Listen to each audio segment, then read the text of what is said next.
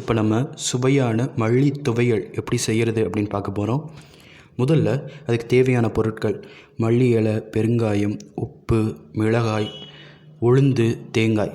So இதெல்லாம் எடுத்து வச்சுக்கோங்க. ஃபஸ்ட்டு அடுப்பை ஆன் பண்ணிவிட்டு கடாயை எடுத்து வச்சுட்டு எண்ணெய் ஊற்றிக்கோங்க. எண்ணெய் ஊற்றி நல்லா எண்ணெய் வந்துட்டு சூடாகிற வரையும் கொஞ்சம் வெயிட் பண்ணுங்கள். ஏன்னா இதை நம்ம ரொம்ப வறுக்க போகிறது கிடையாது. அதனால் அது கொஞ்சம் காயுதா அப்படின்றத பார்த்துக்கோங்க. இப்போ பார்த்ததுக்கப்புறம் முதல்ல உளுந்தை எடுத்து அதில் போடுங்க. ஸோ உளுந்து இதுதான் நீங்கள் ரொம்ப நேரம் வறுக்கிற மாதிரி இருக்கும். லைட்டாக அந்த பொன்னிறம் வர்ற வரையும் அதை நம்ம வதக்க போகிறோம்.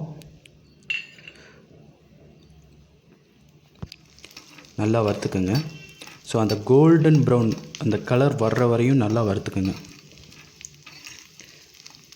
ரொம்ப கருக விட்டுறக்கூடாது. ஸோ லைட்டாக வறுத்துட்டு இப்போ நம்ம இருக்கக்கூடிய எல்லா பொருட்களையும் நம்ம போட போகிறோம். முதல்ல பெருங்காயம் போட்டுருங்க. ஸோ இது 1 by 1 இப்படி தான் போடணும் அப்படின்ற அவசியம் கிடையாது. நீங்கள் அது வறுபட்டுருச்சுனாலே அடுத்தடுத்து போட ஆரம்பிச்சிடலாம். தேங்காய் போட்டுக்கோங்க. இப்போ தேங்காய் ஆட் பண்ணியிருக்கேன், பெருங்காயம் ஆட் பண்ணியிருக்கேன், உளுந்து ஆட் பண்ணியிருக்கேன்.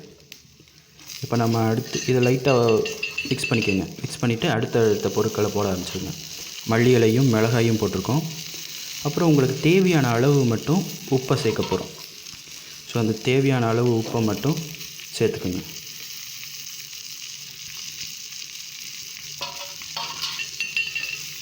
நல்லா ஒரு லைட்டாக ஒரு நிமிஷத்துக்கு நல்லா வறுத்துக்குங்க. ரொம்ப இதை வேக வைக்கணுன்ற அவசியமும் கிடையாது. லைட்டாக அதை வறுத்திங்கன்னா அது உங்களுக்கே தெரியும். ஓரளவுக்கு அந்த பச்சை வடை லைட்டாக போனோன்னே ஜாரில் போட்டு மூடி வச்சு அரைச்சிருங்க. ஸோ அதை கொஞ்சம் சூடு ஆறணுன்னு அரைங்க. நல்லா அரைச்சிருங்க. ஸோ நீங்கள் அரைக்கும் போதே தெரியும் உங்களுக்கு அரைப்பட்டிருக்கா இல்லையா அப்படின்னு சொல்லிட்டு.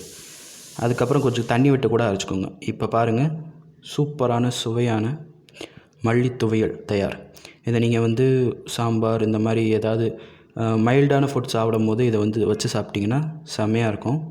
ஸோ தேங்க்ஸ் ஃபார் வாட்சிங்.